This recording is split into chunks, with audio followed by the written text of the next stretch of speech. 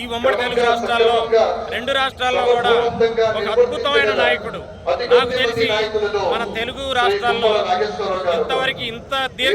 సుదీర్ఘకాలం మంత్రిగా కానీ ఇంత సుదీర్ఘకాలం రాజకీయ ప్రయాణం చేసిన మంత్రి నలుగురు ముఖ్యమంత్రుల దగ్గర కూడా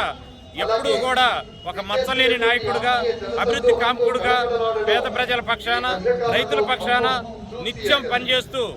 ఏ ప్రభుత్వంలో ఉన్నా ఆ రైతులకు ఎట్లా నీళ్ళు ఇవ్వాలి, సీతారామ ప్రాజెక్టు కావచ్చు, మంచుకొండ లిఫ్ట్ ఇరిగేషన్ పథకం కావచ్చు, అదేవిధంగా భక్త రామదాస్ కావచ్చు, బేతుపల్లి ప్రాజెక్టు కావచ్చు, ఏది చూసుకున్నా కూడా ఈరోజు తుమ్మల నాగేశ్వరరావు గారు ఎప్పుడు నిత్యం ప్రజల కోసం, రైతుల కోసం, ఫామాయిల్ గురించి ఆయన ఎవరితో ఆయన సరదాగా మాట్లాడాల్సి వచ్చిన రాజకీయాల కంటే కూడా నలుగురు కనపడితే ఫామాయిల్ వేసుకోండి, నలుగురు కనపడితే హార్టికల్చర్ డెవలప్ చేయండి, ఈ విధంగా రైతు పక్షపాతిగా ఎప్పుడూ నిరంతరం ఆయనకు వచ్చిన ప్రతి అవకాశాన్ని, ఆయనకు వచ్చిన ప్రతి పదవిని కూడా ఈ జిల్లాలో ప్రజల కోసం, రైతుల కోసమే ఉపయోగించాడు. కాబట్టి అవినీతి మచ్చలేని నిరంతర శ్రామికుడైనటువంటి తుమ్మల నాగేశ్వరరావు గారి అనుచరులుగా ఆయన నాయకత్వంలో పనిచేయటం మా అందరి అదృష్టంగా భావిస్తూ ఈ రోజుకి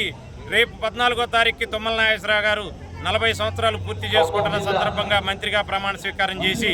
మరొకసారి సారికి శుభాకాంక్షలు, అభినందనలు తెలియజేసుకుంటూ జై తుమ్మల, జై జై తుమ్మల.